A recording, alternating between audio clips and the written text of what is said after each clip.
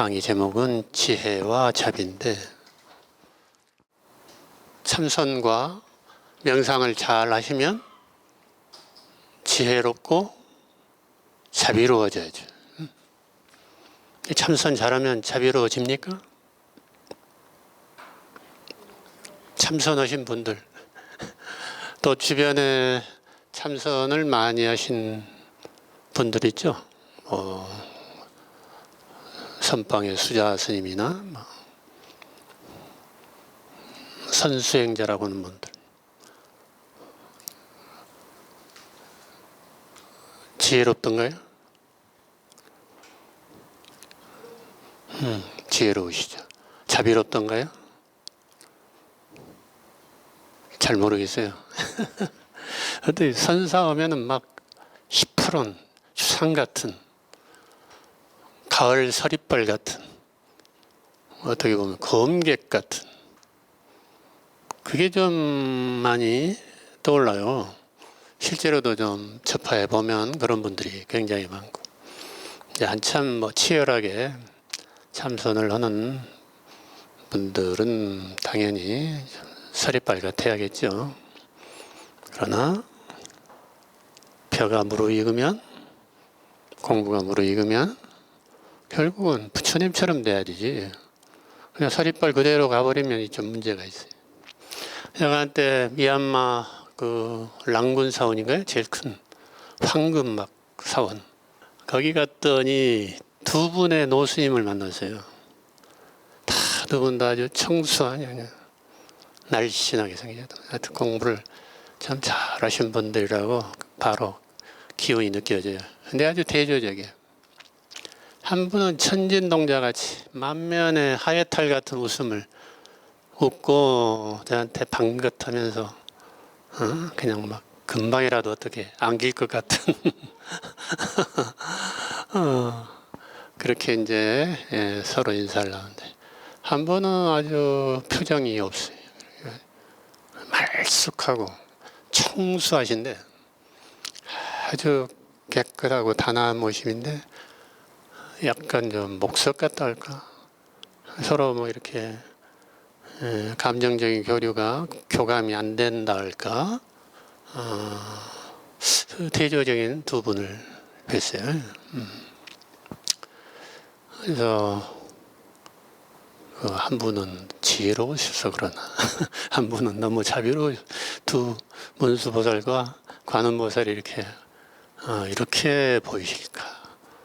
그때 한 10여 년 전에 그런 이제 공상도 해봤지만, 대체로는 굉장히 자비롭고 지혜로운 게 겸해져야 되겠죠. 무자비해서는 안 된다. 자비가 없어서는 안 된다. 공부를 잘했는데 무자비하다. 이건 좀 문제. 냉혹하다. 이건 좀 불교의 구원 이상과는 좀 거리가 되는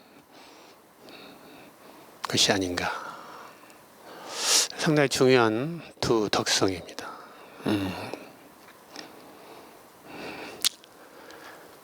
우리 내면에 이런 두 가지 품성이 크게 자리 잡고 있어요.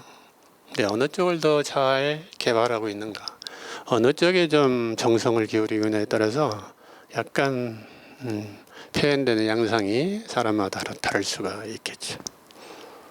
꼭 불자가 아니어도 주변 사람들을 보면 저분은 상당히 따뜻하고 온화하다, 이런 느낌이 있는 사람과 저 사람은 상당히 좀 무섭고 가깝게 하기가 좀 어렵다. 저도 후자에 많이 속했어요, 예전에. 상당히 꽤 좀 20년 전에는 꼭 성철 스님 같다, 열람되지만 그런 평을 많이 받았어요. 호랑이 같다, 대쪽 같다. 근데 이제 명상을 하면서 또 삶이 점점 이제 무르익어 가면서 그게 많이 지금 누그러진 것을 느끼고 있어요. 그리고 또 요새 만나는 사람들도 그런 표현을 많이 쓰고, 그 예전에는 그랬었다는 얘기죠. 지혜. 우리가 지금까지 11조까지 쭉 공부해온 게 사실은 지혜를 좀 많이 강조했어요. 숙고명상 자체가 지혜명상에 어떻게 보면은 더 비중을 많이 두고 있는 거죠. 무지를 밝히는, 무지를 명지로 밝히는 그런 수련이 바로 지혜명상, 깨달음. 자비는 어느 분과에 속한다고요? 선정수행에 속해서. 선정을 잘 닦으면 자비로운 품성이 증장돼. 반야바라밀, 지혜수행을 잘 닦으면 통찰, 깨달음을 거둘 수 있게 안내를 하죠. 그래서 조금 장르가 다르죠.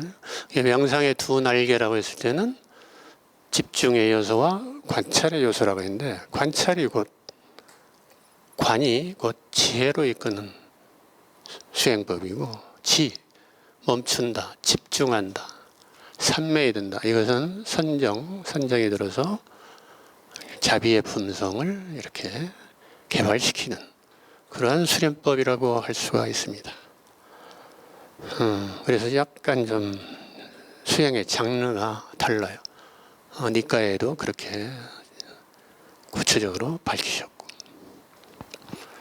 자, 우리가 지난 시간에도 지금 쭉 우리가 지혜 또는 연기를 이야기하고 있었죠.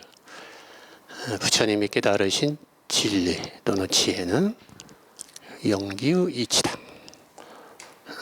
연기라는 것은 어느 하나가 고립돼서 독자적으로 개별적으로 존재하는 것은 하나도 없다, 이런 뜻이에요. 달리 표현하면 무엇에 의지해서 뭐가 있다, 또는 무엇을 조건으로 해서 무엇이 발생한다. 심지어 깨달음이라는 것도 중생의 아픔, 고통이 있기에 부처님의 깨달음이 가능한 것이지, 중생이 고통이 없는데 부처님의 깨달음이 독자적으로 홀로 표현할 수는 없다.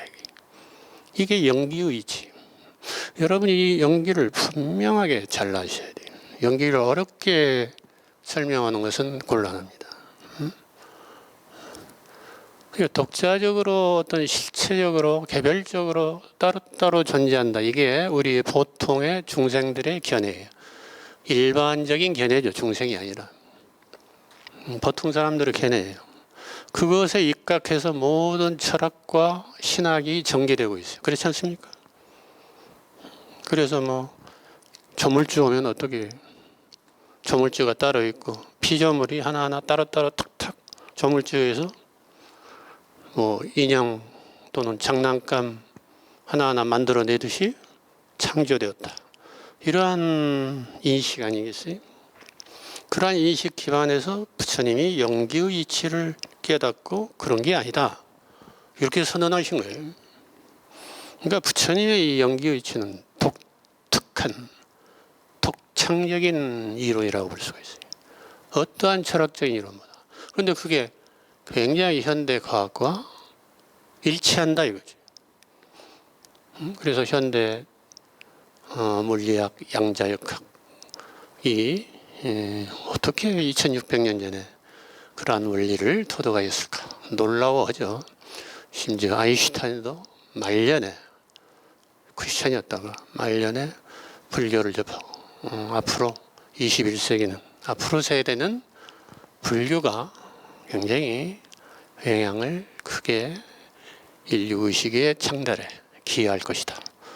그런 비슷한 코멘트도 한 걸로 알고 있습니다. 오늘도 이야기를 또 하나 해야죠. 너무 지혜 오면 또 어렵게 생각하고 딱딱하게 생각하죠. 아까 그 미얀마 그 스님처럼 너무 좀 추상 같고 그러면 안 돼요. 지혜가 그런 게 아니에요.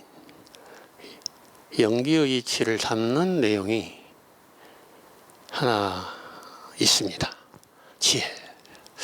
뭘까요, 그게? 존스홉킨스 병원을 창립한 분 이름 혹시 아는 분 계세요?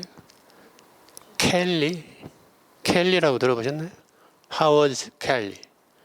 켈리 어디서 많이 들어보지 않으셨어요?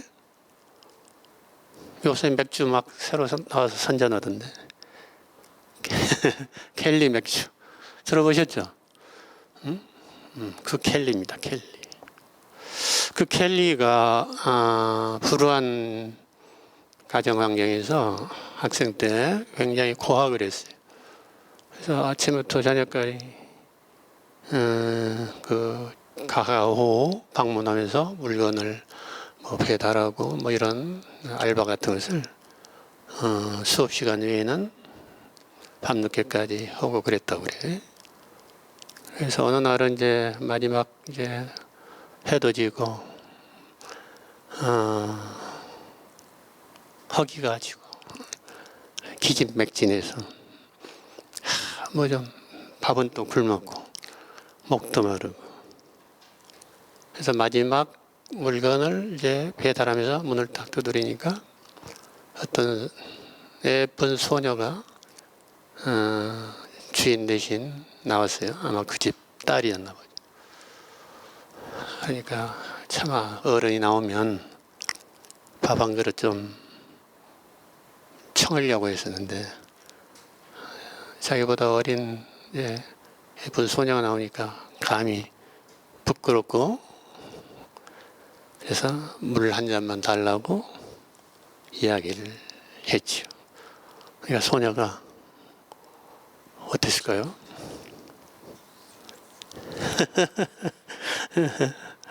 소녀가 상당히 청명했나 봐요. 느낌이 굉장히 표정이나 보니까 오빠가 굉장히 허기지고 목마른 같은 우유를 큰 병째로 하나 딱 주면서 마시라고. 허기지고 목마른 김에 벌컥벌컥 선자리에서 바로 다 병째 마시고 얼마냐고 물었다는 거예요. 그게 소녀가 뭐라고 대답했을까요?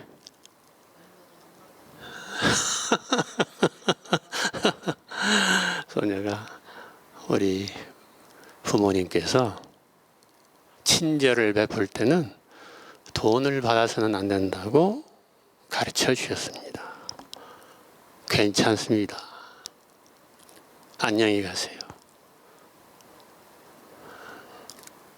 그 후로 이제 그 장면이 이 학생, 그 학생에는 엄청난 감동을 주고 큰 깨달음을 얻었어요. 나도 나중에 나와 같은 어려운 사람을 만났을 때 저 소녀처럼 조건 없이 아무 대가 없이 친절하게 베풀어야 되겠다. 그런 삶을 살아야겠다. 이러한 큰 깨우침이 일어나는 거죠. 이게 각성이라고요. 각성. 어떤 글이나 책을 통해서 깨닫는 것과는 다른 삶의 한 장면에서 인간과 관계에서 이런 커다란 깨달음이 일어납니다. 그 켈리 학생은 그래서 나중에 의대를 가서 훌륭한 의사가 됐어요. 근데 어느 날 어떤 여자가 왔는데 굉장히 중한 병, 불치의 암에 걸려서 수술을 해야 되는 상태가 됐어요.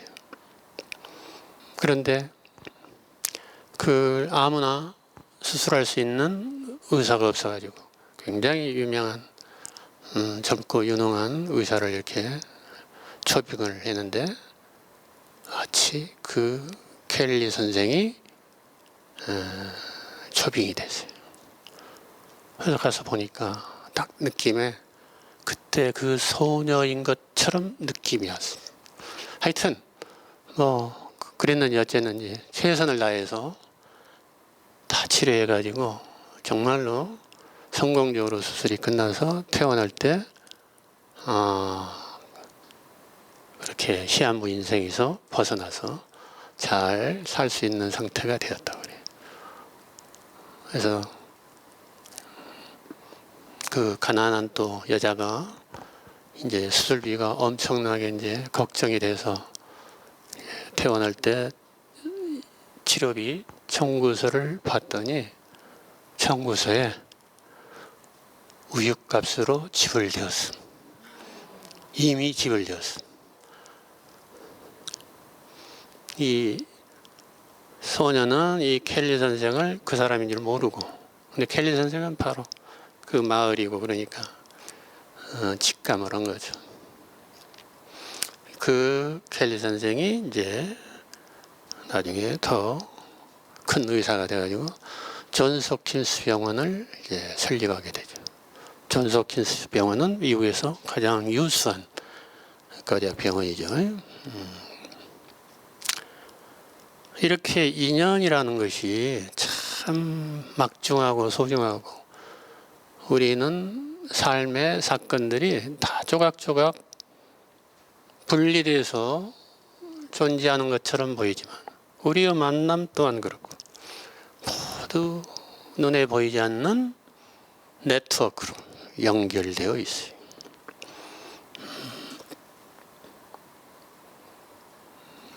그것을 자각하든 자각하지 못하든 그건 사실이란 말이에요. 영기적인 세계에 살고 있는 게 우리입니다. 그래서 우리가 하는 행동 하나하나가 그냥 내 개인 하나의 피부 안에서 딱 끝나고 차단되는 게 아니라, 내가 말하는 게 여러분 귀에 들리고 또 방송을 통해서 전국으로 퍼져나갈 수 있듯이 연결되어 있다 이거예요. 그러니까 내 한 생각이, 내 한마디가 우주로 얼마든지 퍼져나가서 연결될 수 있다 이거죠. 꼭 뭐 그걸 신비하게 해석할 필요가 없어요. 채널링이라고도 있죠. 채널링.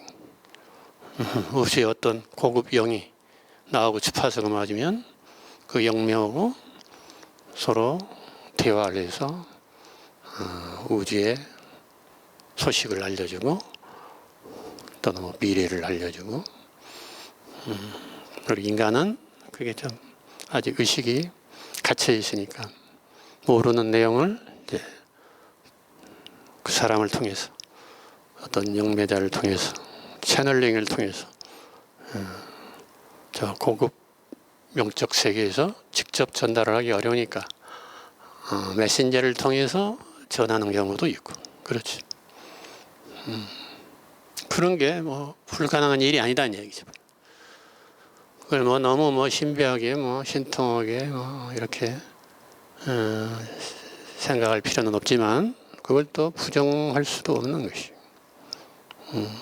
우리는 보이지 않는 세계, 볼 수 없는 세계를 무한히 가지고 있어요. 가시적인 세계는 불과 4%에 불과하다. 자, 우리는 분리된 계야라는 생각, 이걸 이제 부처님은 사카야 디띠 유신견이라고 그랬어요. 유신견. 사카야 디띠 유신견. 개체가 따로 있다는 견해, 확고한 견해죠. 나라는 개체가 별도로 확고하게 존재한다. 이게 보통 우리들의 일반적인 생각인데, 그 유신견이 깨져야만 참 사람이 된다고 그랬어요. 유신견이 깨지면 뭐라고 그래요? 수다원 그래요. 수다원.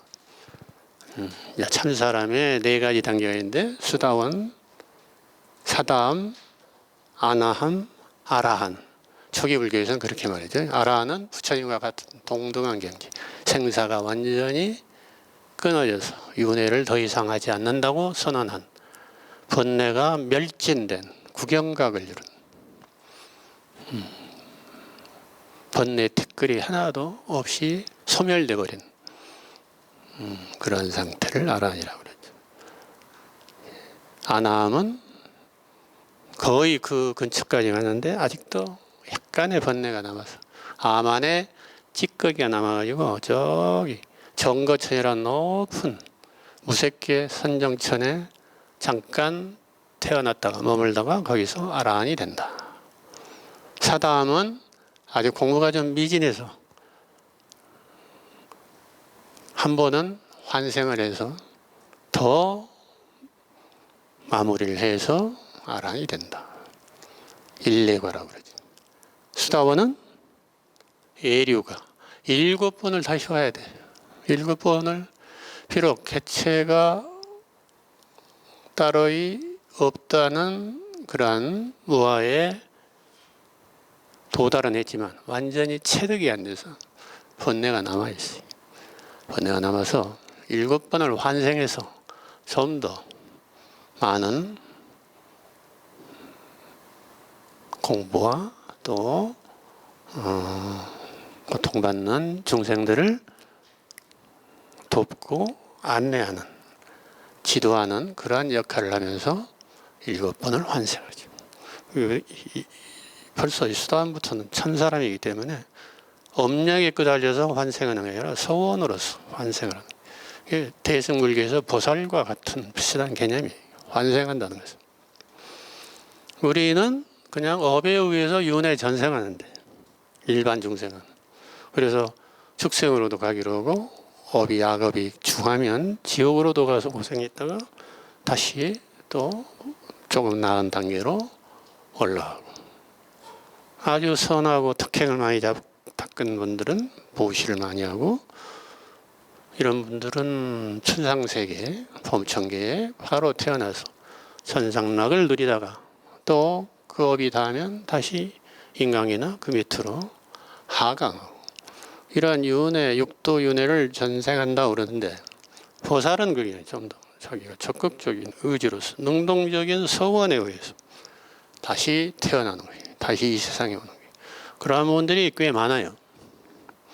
또 천계에서도 이 사바세계의 중생들을 구제하기 위해서 빛의 존재로 내려올 준비를 하고 있는 분들도 있다는 것이. 대개 천계의 존재들을 니까야 초기경지에서 보면 라이트 비잉, 빛의 존재로 이렇게 표현되어 있어요. 부처님이 계신 주로 숲이 뭐라고 그랬죠? 제따숲, 기타림이라고 그러죠. 제따숲에 밤에 환하게 빛을 비추면서 하늘 존재가 찾아와요.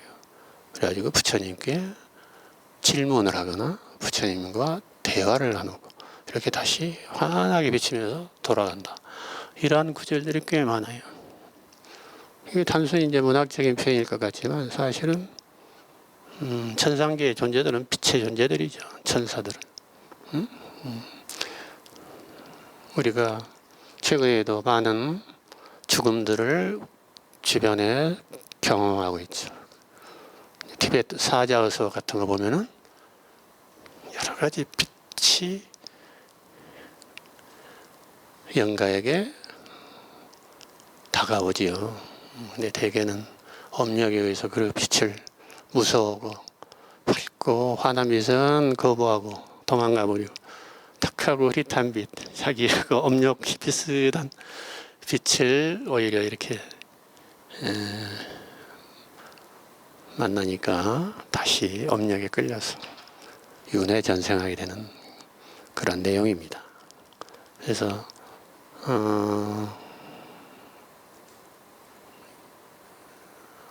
한 사람이 육체를 놓았을 때, 숨이 끊어졌을 때 최소한 몇 시간에서 며칠이 아주 중요한 시기.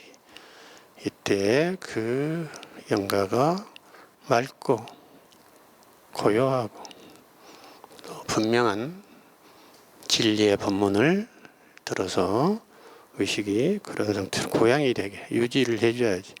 애통절통이 하고 그냥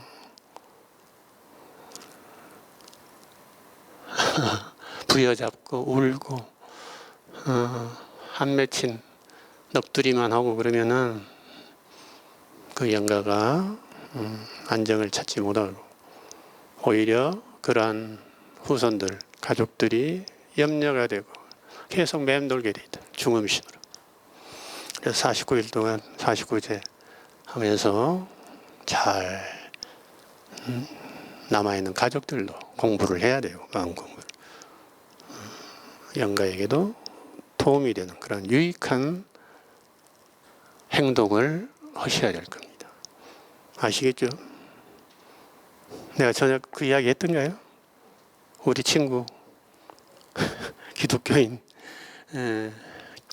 형제들, 우리 친구만 빼고 기독교인들도 그 어머니가 어머니에게 좋다고 하니까 그냥 애통함, 비통함을 꿀꺽 참고 곡을 하지 않았지. 통곡을 하지 않고 선선하게 잘 가시라. 좋은 세상으로, 빛의 세상이나 또는 뭐 천국으로 잘 가시라고 이렇게 기도를 담담하게 해줄 수 있는 그런 계기가 되었죠.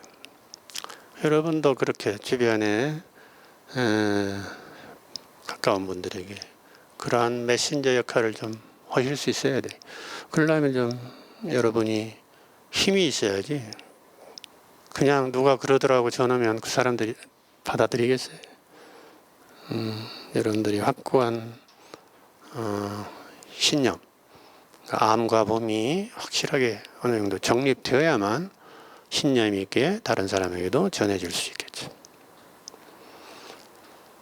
자, 지난 시간에 유신견을 해체하는 또 다른 방법으로 우리 현대적으로 표현하면 에고의 방어 기제를 해체해야 된다. 이런 표현도 했어요.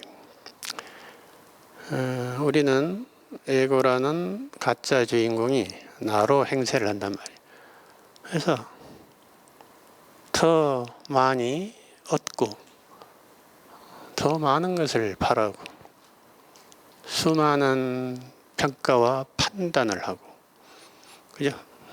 비교하고 그러면서 불만을 터뜨리고 만족할 줄 모르고 자기 자신을 보호한다는 미명하에 여러 가지 거짓말과 잘못된 행동들을 욕망과 충동을 합리화해서 포장을 해서 은폐하면서 그럴싸하게 우리가 척하며 산다. 제대로 된 삶이 아니라 가짜의 삶. 누군가가 되고자 하는 삶. 이러한 삶을 살고 있다고 말씀드렸습니다.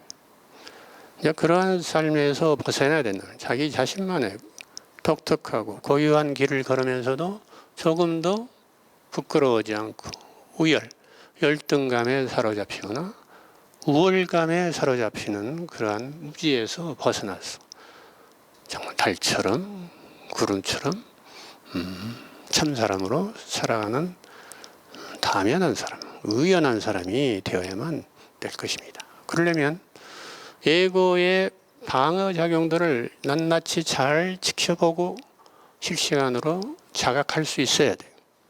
이래야 에고에 노란하지 않는단 말이죠. 에고에 노란하지 않아야만 에고에 속지 않고 자기 자신에게 속지 않고 자기 자신을 기만하는 행동에서 벗어날 수가 있는 거죠. 그래서 그것을 임재스님은 수처작주동 가는 곳마다 참 주인공이 되고 입처계진이다. 드는 곳마다 가는 곳이나 드는 곳이나 똑같은 말이죠. 드는 곳마다 모든 것이 진실되다. 자, 지혜라는 것이 빨려로는 빤냐라고 그랬어요. 빤냐를 중국어로 음사하니까 반야가 됐죠.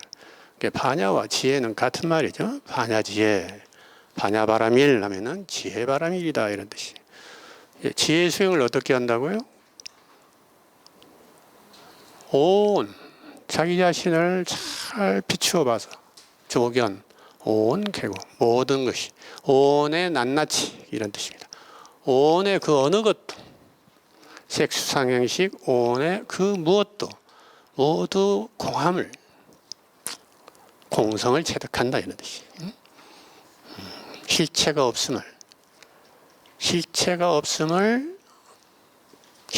비어 있음을 비추어 본다. 이게 지혜 바람입니다. 다시 말해서 몸과 마음이 오온이죠. 몸의 모든 작용 내지는 몸의 모든 구성 요소들이, 또 마음의 모든 구성 요소들과 마음의 모든 작용들이 그 어느것 하나 없이 모두 나를 구성하고 있는데 그 어느 것도 실체가 없다 이게. 왜?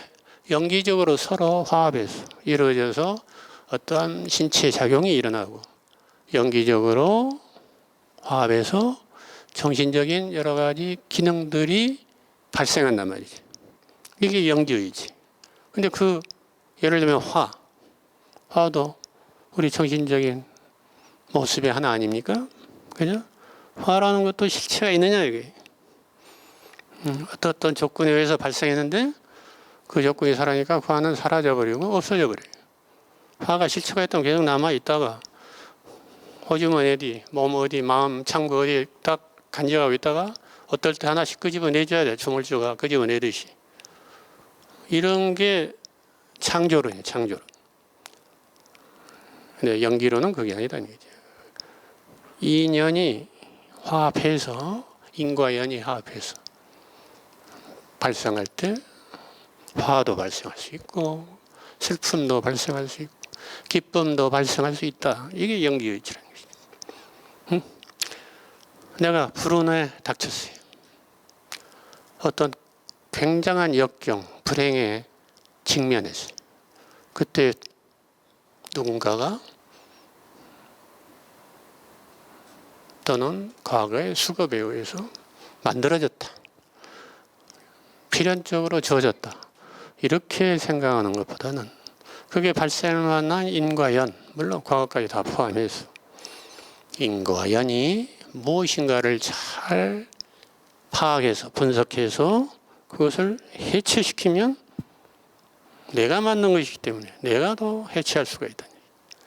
이게 연기의 이치라는 이야기죠. 아시겠죠? 자, 그래서 온이 개공하다. 내 몸과 마음이 모든 것이 사실은 내가 아니다. 내 것이 아니다. 나의 자아도 아니다. 이렇게 이야기하는 게 부처님의 무아의 원리예요. 무아의 원리. 그럼 호흡이 있죠. 화도 있고. 그런데 다 그것은 이름에 불과하다. 이름. 그래서 금강에서는 그런 것을 모두 이름에 불과하고 호흡은 호흡이 아니므로 호흡이라고 한다. 표현을 이렇게 썼다. 알쏭달쏭하지만 그게 사실은 제대로 된 표현. 내 몸도 내 몸이라고 우리가 생각하는 그런 몸이 아니에요. 사실은. 그냥 이름하여 몸이라 한다. 나도 마찬가지. 나라는 것은 지시대명사에 불과하다 이거지. 고정적인 어떤 실체로서 내가 있는 것은 아니다. 어제의 나와 오늘의 내가 다르다. 30년 전에 나와 오늘의 나는 분명히 달라요. 그죠? 50년 전에 아기 때 나하고 지금의 나하고 같습니까? 근데 우리는 어제의 나와 오늘의 나가 같다고 생각하거든. 50년 전에 나와 나는 다르다 해놓고 어제의 나와는 같다. 사진 찍어봐라 똑같이 생겼지. 이렇게 생각하는 거죠. 그러한 나와 진정한 나는 좀 구별을 해야 돼요. 우리는 세상을 각자가 각자의 프리즘으로 보고 있어요. 각자의 프리즘으로. 세상이 다 똑같지 않아요. 다 똑같을 것 같은데 내가 보는 관점에 따라서 내가 쓰는 안경에 따라서 다 달리 볼 수 있다. 내가 빨간 안경을 쓰면 세상은 빨갛게 보여요. 내가 파란 안경을 쓰면 세상은 파랗게 보여요. 이런 식으로 내 마음 상태가 어떠냐에 따라서 세상은 굴절을 내거나 착색돼서 달리 현현한다. 그러면 무엇이 주체예요? 무엇이? 그렇게 보는 의식. 그렇게 보는 의식이 지금 문제다. 세상이나 환경이 문제가 아니라 또 배우자나 상대방이 문제가 아니라 엊그제도 울며 불며 죽겠다 하면서 찾아와서 상담을 한 굉장히 인텔리 분이 계셨는데 그게 가만히 보니까 상대방이나 세상은 별로 달라진 겁니다. 이 사람이 완전히 바뀌어버렸어요. 보는 게.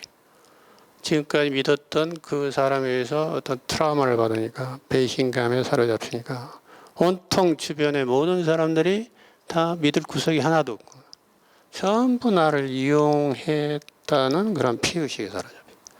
갑자기 그냥 빨간 안경을 하나 써버린 것처럼 마음이 밝고 환한 대낮에서 완전히 어둡고 칙칙한 터널 속으로 들어가 버린 차원이 다른 세계로 지금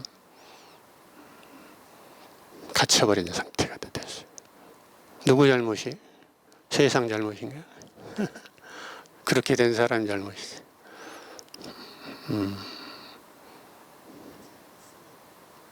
그래서 지혜가 굉장히 중요해요. 지혜가 그걸 어떻게 보느냐에 따라서 완전히 부모도 믿을 수 없는 사람으로 이렇게 보는 무지의 맹목적인 신념, 맹목적인 망상에 사로잡힐 수도 있고 그게 망상임을 깨달아버리면 다시 밝고 지혜롭고 있는 그대로 볼 수 있는 그러한 명지의 상태로 다시 나올 수도 있어요. 다 모두 그 사람에게 책임이 있는 거예요. 우리에게 삶의 큰 파도가 때려 부숴버리면 우리에게 충격을 주면 순간적으로 우리는 정신을 잃고 망연자실해서 몽상 속에서 전도된 몽상 속에서 살 수밖에 없어요. 그와 같은 게 나에 대한 착각도 그렇다는 얘기예요. 부처님은 인류 최초로 아마 전무후무예요. 이렇게 분명하게 내 몸과 마음으로서 있는 실체적인 나에 대해서 의문부호를 가지고 깊이 사유하고 통찰해서 무아라는 사상을 천명하셨단 말이에요. 연기적으로 존재할 뿐 실체로서는 존재하지 않는다. 이런 뜻입니다. 연기적으로 가합되어 있을 뿐. 그러니까 몸은 그런 연기적인 조건이 사라지면 몸은 당연히 다시 자연 속으로 돌아가게 돼 있다. 그럼 완전히 남는 게 없느냐? 그동안 쭉 연결되어 왔던 수많은 마음의 작용들, 행위들, 언어적인 행위, 신체적인 행위로서, 행동으로서 그 어피, 의식을 형성해가지고 행연식, 식연명색, 다음 생의 명색, 몸과 마음을 창출한다. 또 이 몸과 마음은 행동에 의해서 다음 생을 또 결정할 수 있는 식을 또 만들어내요.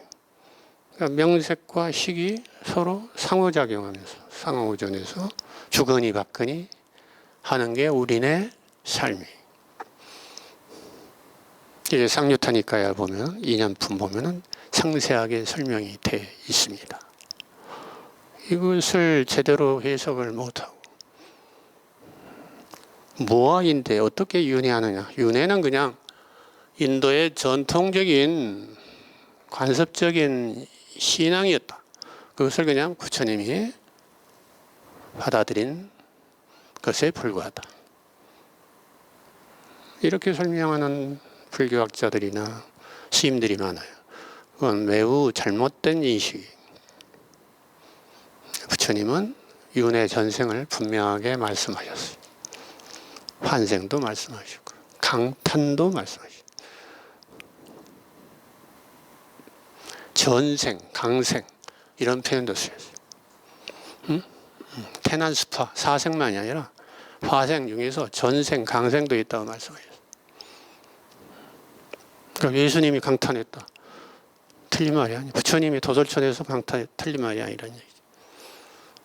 근데 우리가 외양화 시키니까 이게 도솔천이 되고 그렇지. 사실은 모두 우리 의식의 한 스펙트럼이에요. 내면으로 내양화 시키면 모두 의식의 세계. 의식의 세계를 외향화 시켜서 외재화 시키니까 이제 세계가 버려요. 외부적인 세계로 표현을 하는 거예요. 천당, 극락, 33천, 타화자재천, 색계 4천, 무색계, 또 선정천들 이런 것들이 벌어지는 것이죠. 근데 그게 다 의식의 상태와 다 상하게 돼 있다.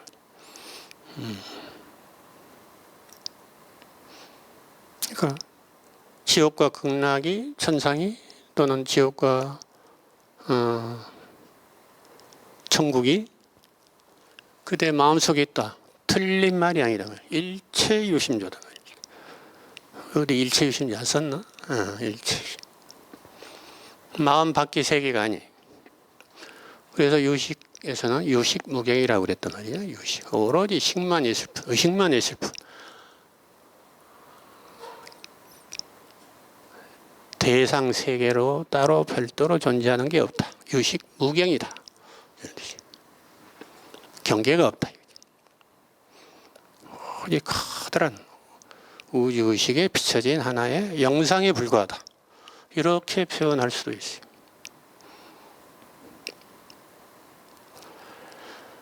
자, 지혜를 이야기할 때는 무엇이 실이고 무엇이 환인지를 구별해야 돼.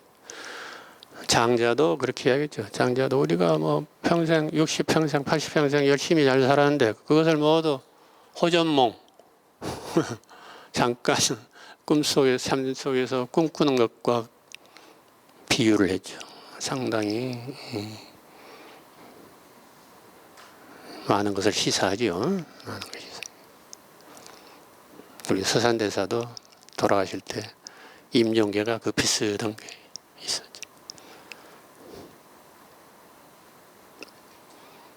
여러분들은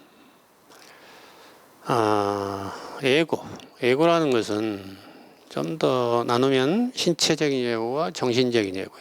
오온으로 보세요. 오온. 색은 신체적인 자아고, 수상행시곤, 사온은 정신적인 자아예요. 정신적인 예고. 신체적인 예고, 몸으로서 예고와 정신적인 예고, 마음으로서 나, 자아를 지금 우리는 설정하고 있어요. 그죠? 그걸 합쳐서 나라고 한단 말이에요. 자아라고 한단 말이에요. 근데 자아 하나하나를 잘 분석을 해봐요. 몸과 마음을 잘 분석해서 관세음보살처럼 조견, 오온, 개공. 오온이 모두 공함을 비추어 볼 수 있어야 돼. 실제로 명상 속에서 그렇게 해야 된다는 얘기. 그냥 반야신경만 외운다고 해서 조견, 오온, 개공이 되는 게 아니라 내 몸과 마음을 숙고 명상을 통해서 잘 비추어 봐야 돼요.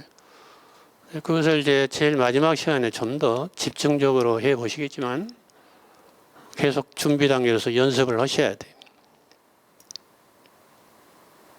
어떤 분은 호흡 명상도 꾸준히 하셔가지고 이제 호흡을 하던데 잡념에 끼어들지 않고 순일하게 내가 원하는 만큼 호흡에 집중할 수 있다. 이런 분들도 있을 것이고, 또 어떤 분들은 그 호흡마저 사라져서 호흡은 나도 사라지고 호흡도 사라져버렸다. 이런 분도 있을 수 있어요. 호흡에 실체가 없다 이거예요. 그리고 호흡은 내가 없고 호흡이란 어떤 대상도 없다. 자아와 주체와 객체가 없다. 이런 뜻은 유식무경과 같은 뜻이 선정의 세계이기도 하면서 사실은 실체적인 자각하는 나도 사라져버렸다. 그런 뜻이기도 합니다. 즉 아까 분리된 나라는 생각이 에고가 사라져버리니까 전체적인 연결감으로서 연결된 의식으로서만 존재한다. 이렇게 표현할 수도 있어요. 어떻게 표현하든 다 같은 내용을 달리 표현한 것에 불과하다는 것을 여러분이 아셔야 돼요. 걷기 명상도 잘하면 어떻게 돼요?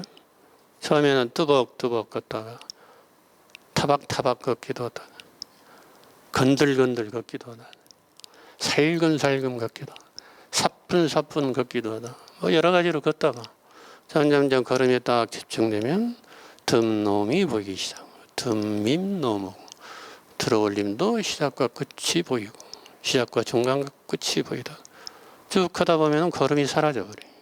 걸음이라는 대명사가 사라져버려요. 걸음은 따로 없어. 걸음의 실체가 따로 없다는 얘기죠. 마음은 점점 걷는 나와 걸음이 구별이 안 돼. 공중을 나는 비행기처럼 그렇게 느껴지기도 하고 한 걸음이 여러 가지로 느껴질 수도 있어요. 여러분 걷기 명상을 소중히 하라고 그랬죠. 왜? 부처님이 반은 좌선을 하시고 반은 경행을 하셨다고 니까에 나오신단 말이에요. 하루 종일 식사 외에는 설법하는 것 외에는 앉기 명상과 걷기 명상을 반복했다고 나오셔요. 주무시기 전까지. 그리고 새벽에도 일찍 일어나시면 걷기 명상과 앉기 명상을 하셨다. 이런 대목이 나와요. 그리고 부처님이 안거, 되게 인도 같은 남방의 열대지방에서는 우기가 여름에 한 4개월 지속된다. 한 4개월 정도를 안거에 들어가는데 당신께서도 안거 동안에 호흡 명상을 한다. 아나파나사티를 한다. 응? 들숨과 날숨에 이렇게 집중하고 들숨과 날숨을 관찰한다. 너희들도 그렇게 해라. 초심자도 중견 수행자도 원로 장로 수행자도 호흡 명상을 열심히 해라. 안거 기간 동안. 이런 이야기가 나와요. 여러분 여기서 강의만 듣고 집에서 안 하면 발전이 없다고 그랬습니다. 꾸준히 호흡 명상을 하고 그러다 보면 어떤 분처럼 내가 마음이 편치 못할 때 또는 뭐 마음이 일렁거릴 때 또는 필요할 때 언제든지 호흡에 딱 주의를 집중하고 호흡을 바라보면 호흡으로 딱 마음이 정추가 돼서 그런 바깥 경계에서 벗어날 수가 있다. 그러니까 호흡이 귀처가 된다. 닻이 된단 말이에요. 안식처가 되고.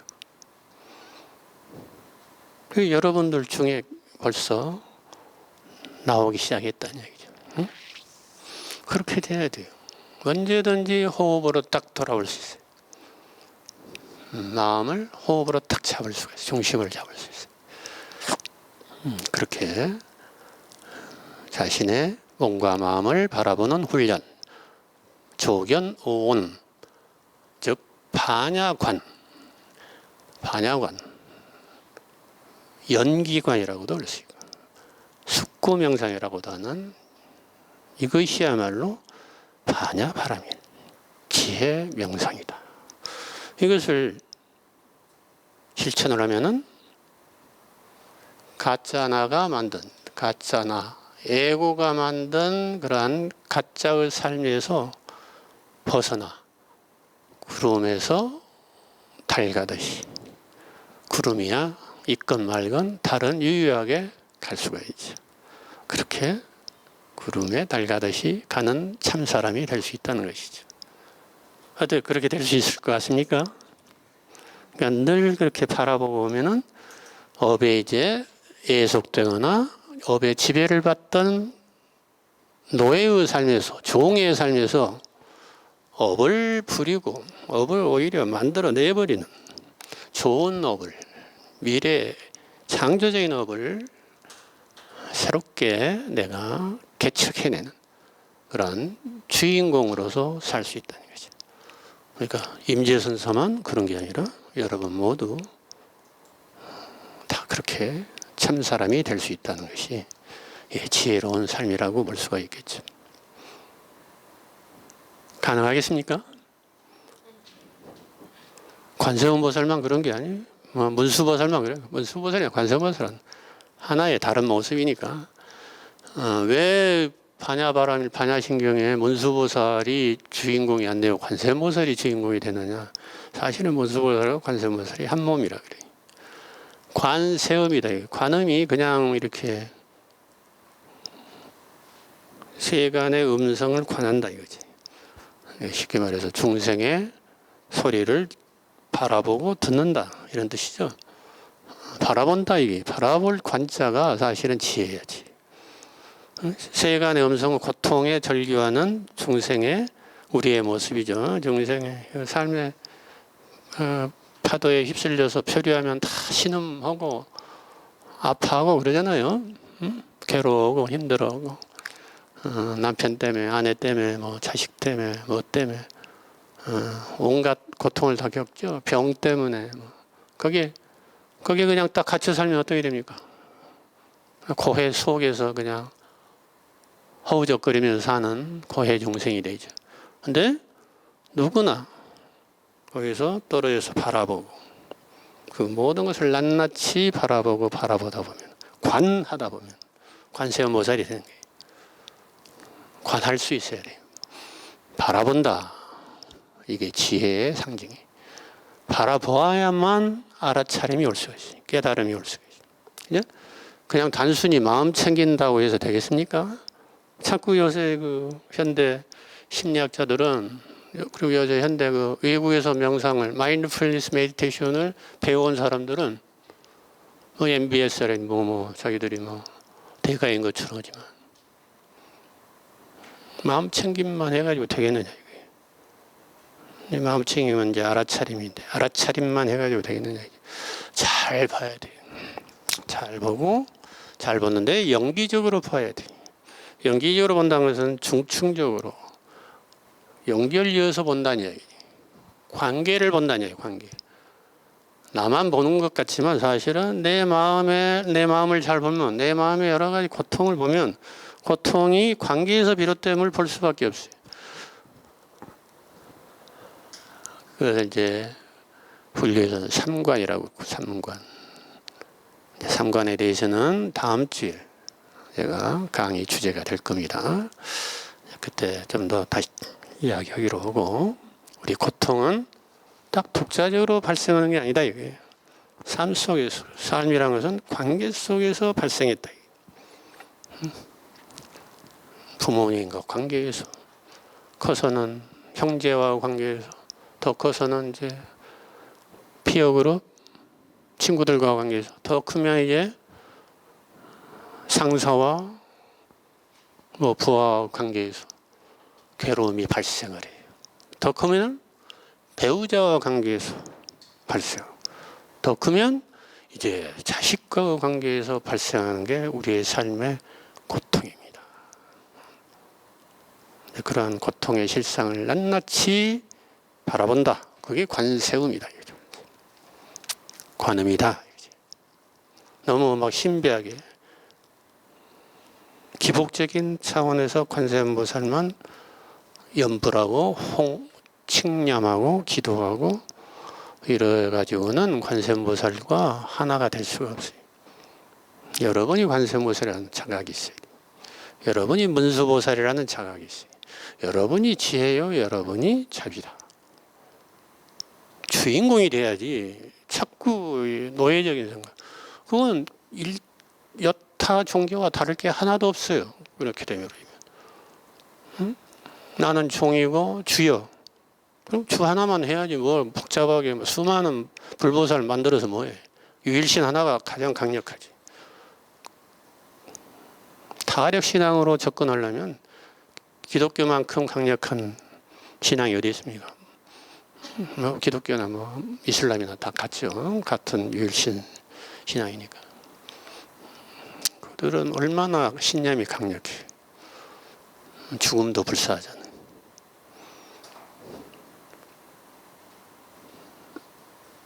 불교는 좀 달라요.